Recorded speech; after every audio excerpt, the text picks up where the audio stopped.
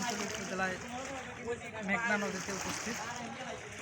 এই পরাহ্ন বিকালে নদীর তীরে এসে আমাকে খুবই ভালো লাগতেছে।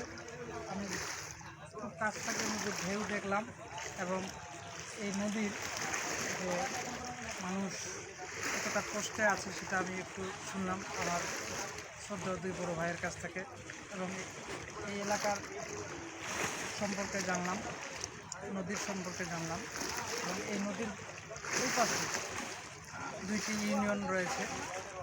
তারা কোনো উপজেলার যদি সেবা নিতে চায় নদীর